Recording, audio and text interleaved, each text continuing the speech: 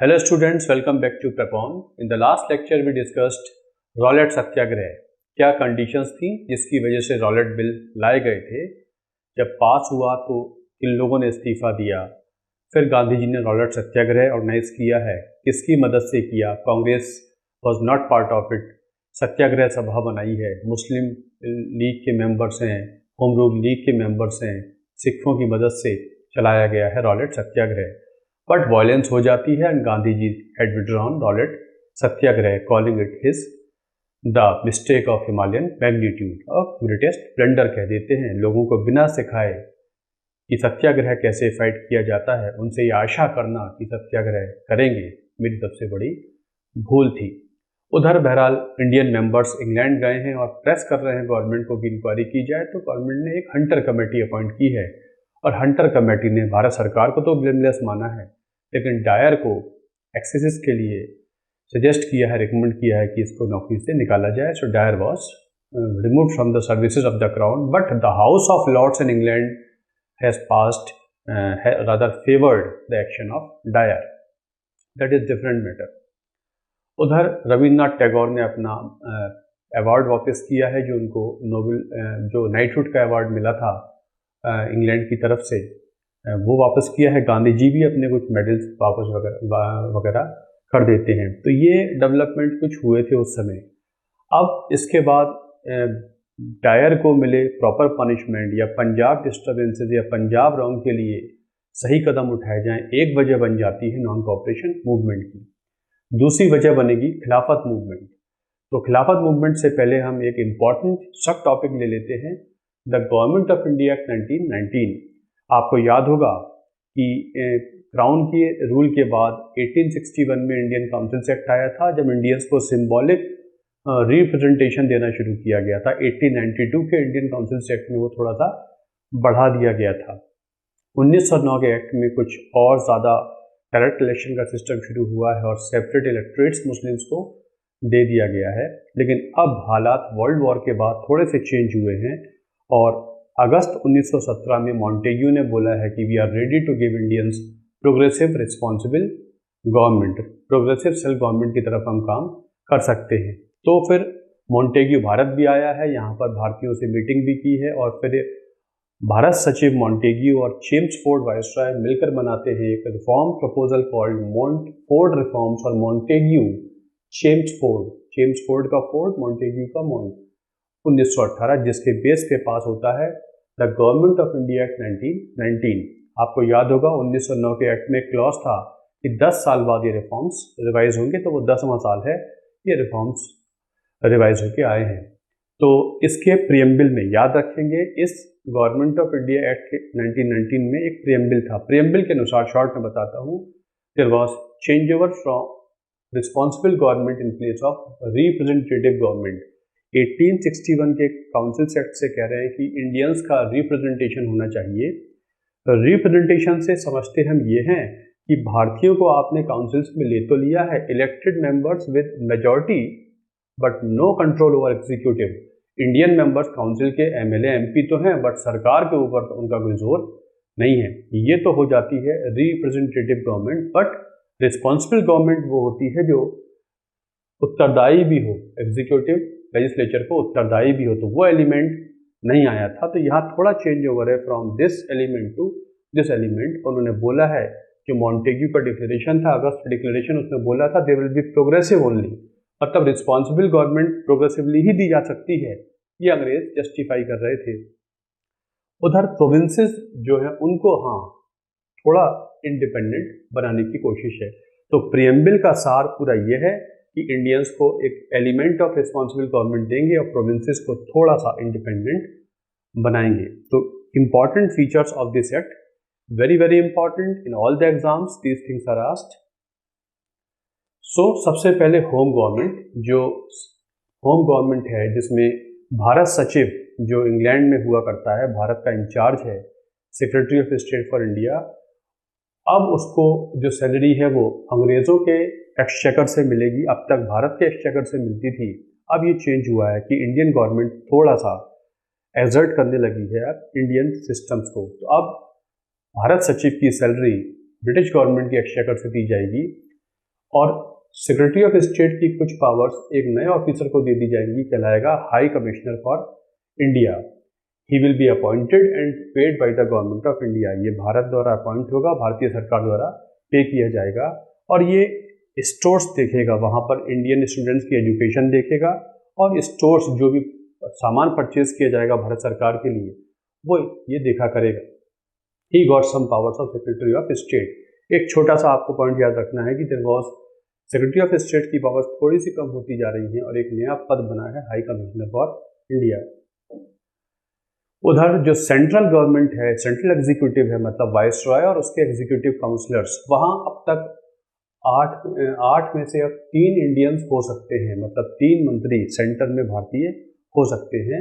मंत्री होंगे, उनको बहुत वो डिपार्टमेंट्स दिए जाएंगे जिनका ज़्यादा वेट नहीं है, और उनको उनकी अकाउंटेबिलिटी वाइसरॉय के लिए है, लेजिस्लेचर के लिए नहीं है। They were responsible to the governor general.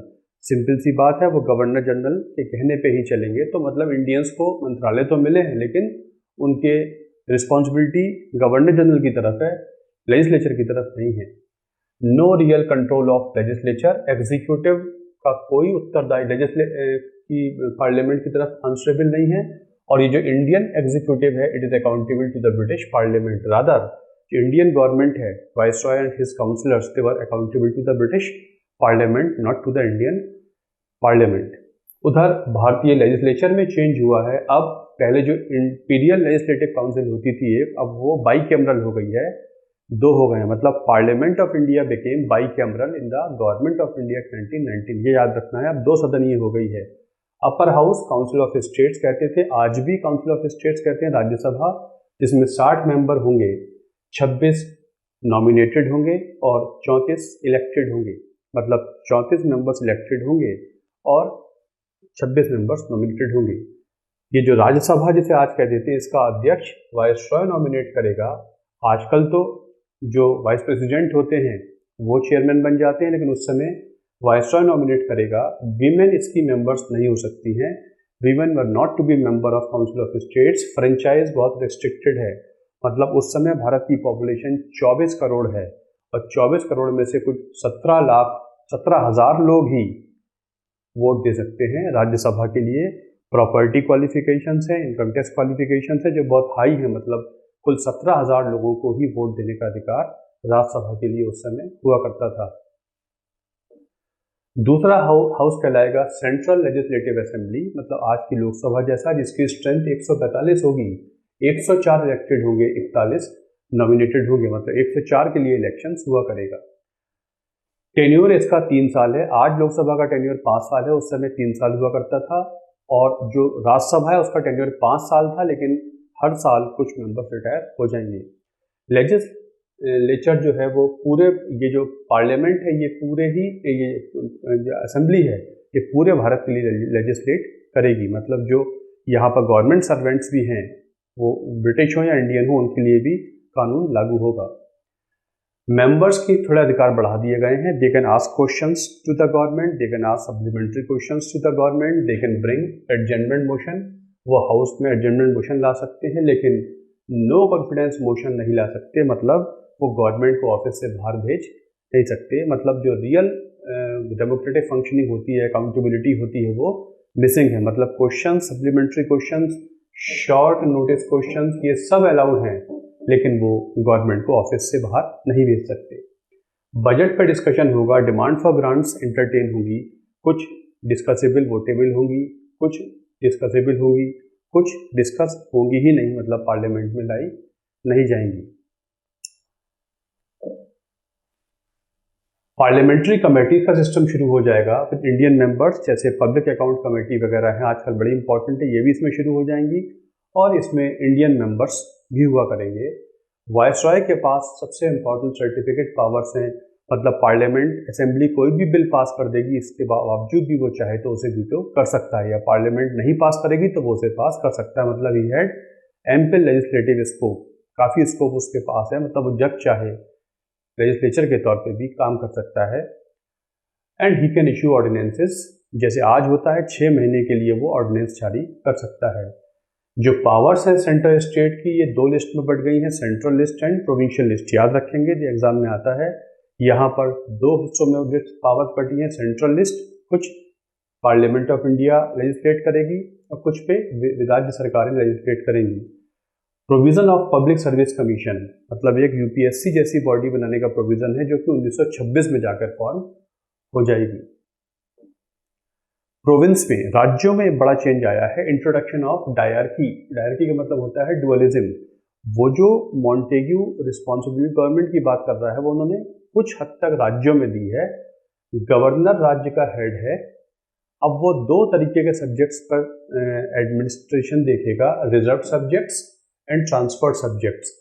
The governor of a state at that time called province will look after reserved areas with the help of executive councillors not responsible to legislature। मतलब कुछ reserve areas हैं उनको governor खुद देखेगा और executive counsellors होंगे उनके through देखेगा, और इन सब की कोई अकाउंटेबिलिटी विधानसभा को नहीं है। लेकिन कुछ ट्रांसफर सब्जेक्ट्स हैं, इनको इंडियन मिनिस्टर्स देखेंगे। मतलब जो लोकसभा जो विधानसभाओं के मेंबर्स आएंगे उनमें से कुछ मंत्री बनाए जाएंगे और वो रिस्पॉन्सिबल होंगे लेजिस्लेचर को। मतलब इंडियन मेंबर्स की रिस्पॉन्सिबिलिटी तो लेजिस्लेचर्स को है, लेकिन जो ब्रिटिश मेंबर्स काउंसलर्स हैं उनकी रिस्पॉन्सिबिलिटी लेजिस्लेचर्स को नहीं है। तो मतलब यहाँ पर ये कहा जाए कि थोड़ा बहुत सेम्बलेंस ऑफ रिस्पॉन्सिबल गवर्नमेंट दी गई है।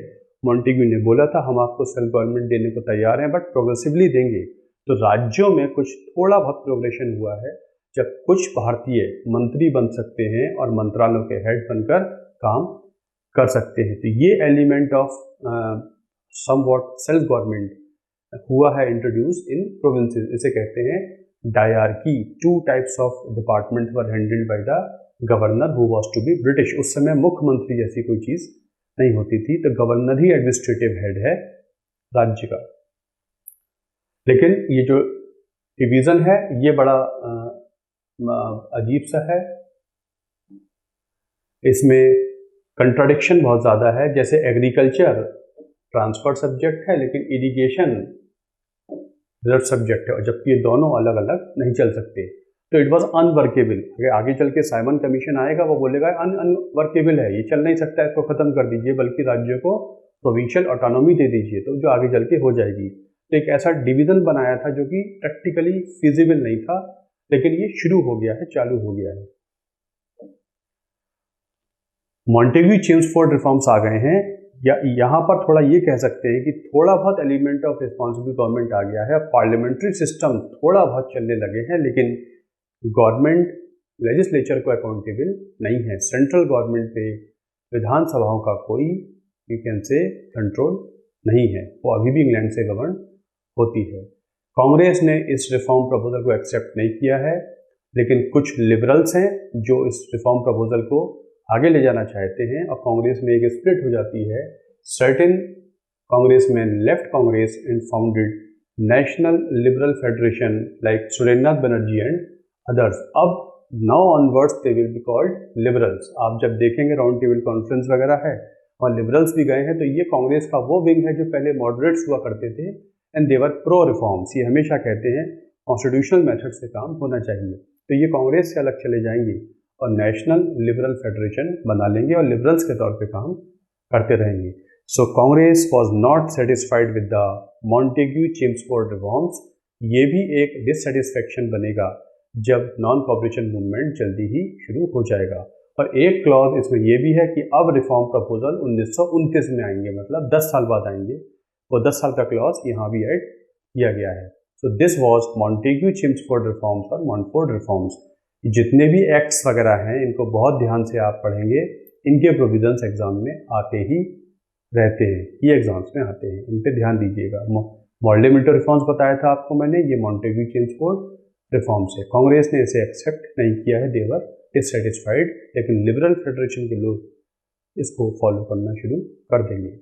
इसके तहत अब इलेक्शंस होंगे। जो नई सेंट्रल लेजिस्लेटिव असेंबली बनाई गई है जिसमें 145 मेंबर्स में से इलेक्टेड मेंबर्स हैं 104, उसके लिए इलेक्शंस होंगे 1920 में।